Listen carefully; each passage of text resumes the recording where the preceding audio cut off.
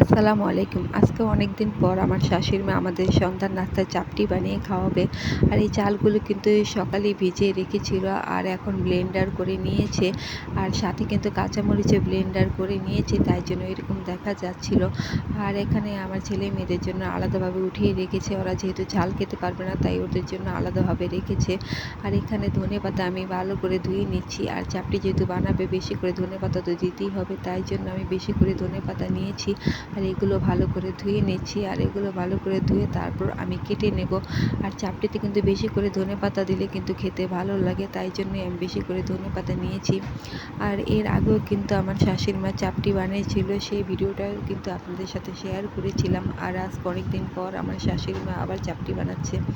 আর এখানে আমি ধনেপাতা আর পেঁয়াজ কেটে নিয়েছি। আর কাঁচামরিচ তো সাথেই ব্লেন্ডার করে দিয়েছে, তাই জন্য আর কাঁচামরিচ কাটিনি। আর এখন এগুলোকে সব একসাথে মিক্স করে নেবে। ধনেপাতা দিয়ে দিয়েছে, তারপর পেঁয়াজ কুচি দিয়ে দিয়েছে, আর সাথে দিয়ে দিবে হচ্ছে স্বাদ মতন লবণ। তারপর এগুলোকে একটু একটু পানি দিয়ে এগুলোকে মিক্স করে নেবে।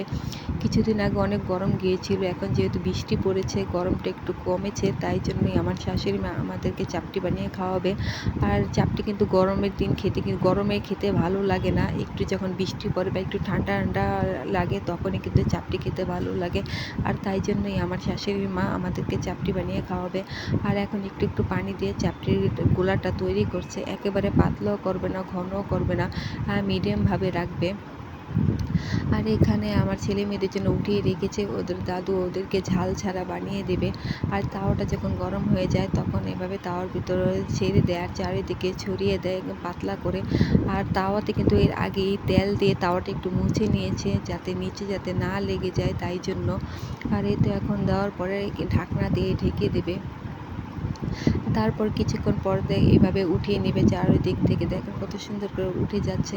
আর এরকম পাতলা পাতলা করেই আমার শাশুড়ি মা সবগুলো চাপটি বানাচ্ছিল। আর এরকম পাতলা পাতলা চাপটি খেতে কিন্তু খুবই ভালো লাগে, একদম মচমচে চাপটি বানাচ্ছিল।